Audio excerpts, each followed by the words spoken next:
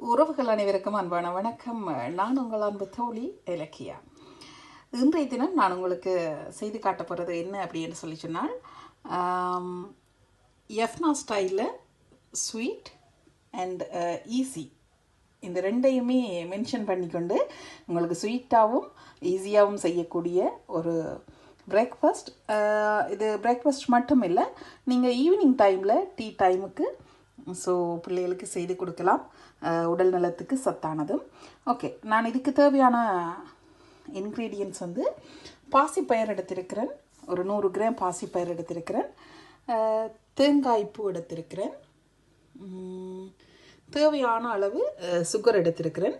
இப்போ நீங்கள் சுகர் உங்களுக்கு ஏற்ற அளவுக்கு போடுங்க. ஏன் அப்படி என்று சொல்லிச்சுன்னா, சுகர் பேஷண்ட் அவங்களுக்கெல்லாம் இது கொஞ்சம் சுகர் கூடினா கஷ்டம்தானே. ஓகே, அதே போல் நான் கொஞ்சம் ஏலக்காய் எடுத்திருக்கிறேன். இதை கொஞ்சமாக வறுத்து எடுத்து வச்சிருக்கிறேன். ஸோ இதையும் நான் தூளாக்கிட்டு போட போகிறேன். நீங்கள் ஏலக்காய் தூள் இருந்தால் தூளையே போடலாம். ஓகே, நான் இப்போ இந்த பயரை வந்து நல்லா கழுவி வச்சிருக்கிறேன். இதை ஃபஸ்ட் அவிய விட போகிறேன். ஓகே, இது இப்போ அவிய விட்டுருக்கு. ஃபஸ்ட் நல்லா கழுவுங்க, கழுவி அவிய விடுங்க. இப்போ நாங்கள் அவிய வச்சுருக்கிறோம். அவிய வைக்கும்போதே தேவையான அளவுக்கு உப்பு கொஞ்சம் போட்டுடுங்க. உப்பு தேவைன்னு சொல்லிச்சுன்னா அதிகம் போட்டுடாதீங்க, தேவையான அளவு பார்த்து போட்டுக்கொள்ளலாம்.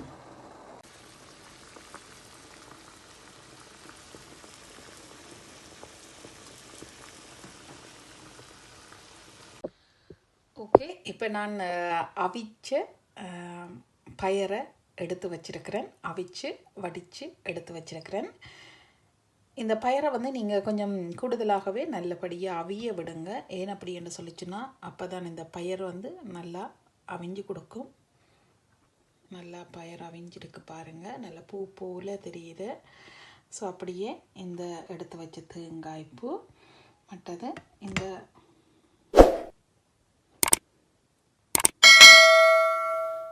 ஏலக்காய் வந்து நான் இடித்து வச்சுருக்கிறேன் உரல்ல. அப்படியே சுகரும் ரெடியாக இருக்குது. ஸோ இப்போ என்ன செய்ய போகிறோம் அப்படின்னு சொல்லி சொன்னால், இந்த அவிச்சு வச்சிருக்கிற பயரில் இந்த தேங்காய் பூவை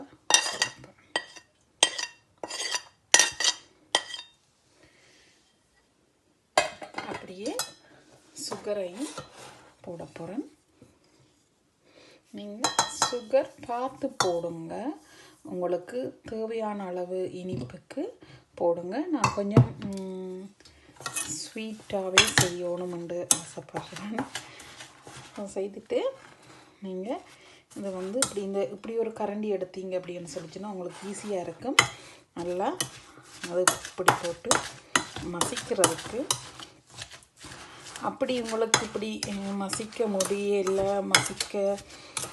பெரும்பாலும் இது வந்து இந்த கரண்டியால் மசித்து எங்களுக்கு தேவையான பதத்தில் வரும் அப்படின்றது இல்லை. ஸோ இப்போ நான் மிக்ஸ் பண்ணிட்டேன் நல்லாவே.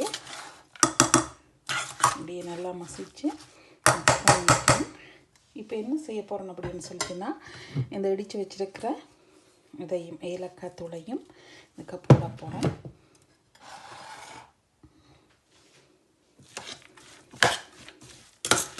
அதையும் மிக்ஸ் பண்ணிட்டு இந்த உரலில், எங்களுடைய யாழ்ப்பாணத்தில் அம்மா சொல்லுவா, இந்த உரலில் போட்டு செய்கிற சுசியம் நல்ல டேஸ்ட்டாக இருக்கும் அப்படின்னு சொல்லி. எனக்கும் அது விருப்பம். ஆனால் என்னட்ட இங்கே பெரிய உரல் இல்லை, குட்டியோண்டு ஒரு குட்டி உரல் இருக்குது. அதில் தான் போட்டு இதை நான் அப்படி செய்கிறேன்.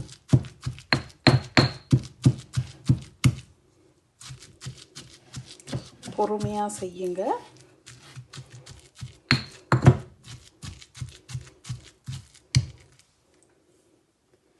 ஸோ அப்படி நிறைய செய்ய தேவையில்லை. இப்போ பாருங்கள், இதை இப்போ நாங்கள் பிடிக்கும்போது இப்படி உருண்டையாக வார மாதிரி பிடிக்கணும். அதுக்கேற்ற போல் இதை வந்து நாங்கள் இன்னும் நல்லா மசிச்சு எடுப்போம். ஓகே, நான் இப்போ வந்து இதை நல்லாவே உருளை போட்டு குத்தி எடுத்துட்டேன், மசிச்சு எடுத்துட்டேன். ஸோ இதை நான் இந்தளவு உருண்டையாக பிடிக்க போகிறேன்.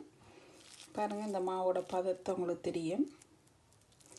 ஸோ இதை இப்படியே நாங்கள் உருட்டி எடுத்துடுவோம். ஓகே, இப்போ நான் வந்து அதெல்லாம் போல் பிடிச்சி வச்சாச்சு.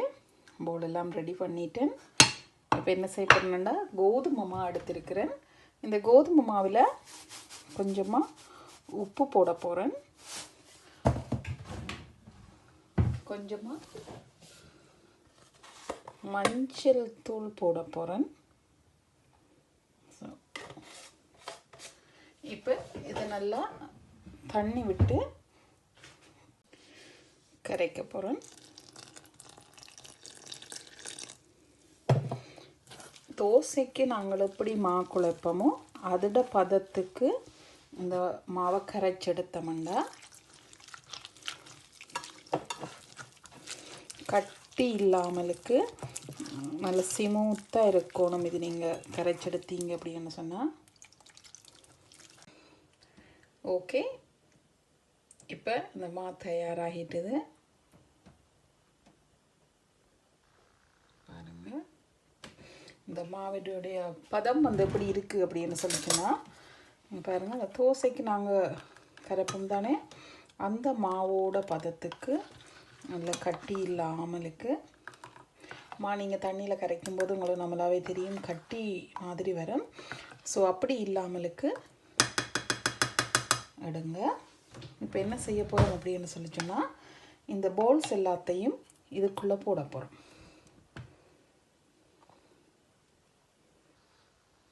இந்த பிடிச்சி வச்சிருக்கிற போல்ஸ் எல்லாத்தையும் இதில் போட போகிறோம்.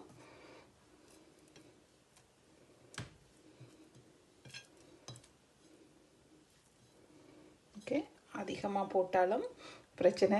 அப்படி நல்ல வடிவாக இதை இப்படி போட்டு எடுக்க போகிறோம்.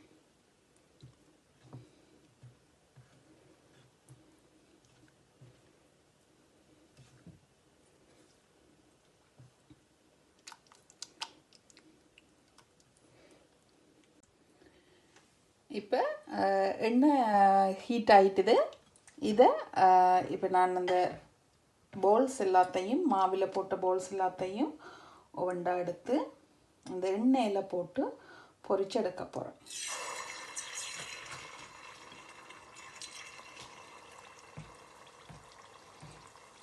எண்ணெயில் போடும்போது அவதானமாக போடுங்க.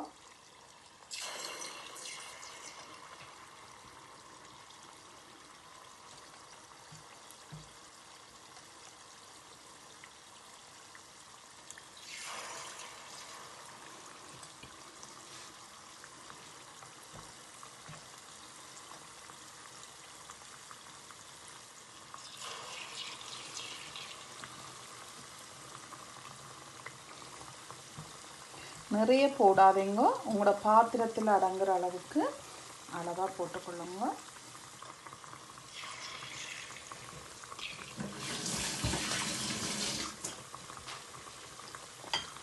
இப்போ இதை அப்படி ஒரு கண்ணகப்பி ஒன்று எடுத்து அதால்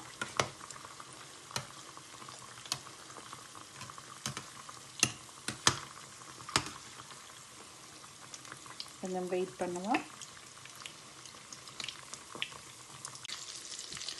இப்போ உங்களுக்கு பார்க்க தெரியும் நல்லா வெந்து ஒரு கோல்டன் ப்ரௌன் இந்த கலருக்கு வருது.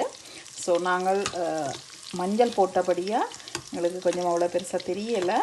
இருந்தாலும் ஸோ நிறைய நேரம் நாங்கள் எண்ணெயில் விட வேண்டியது இல்லை. சொன்னால் மா கெதியாகவே மா வந்து இந்த நேரம் பாருங்கள்.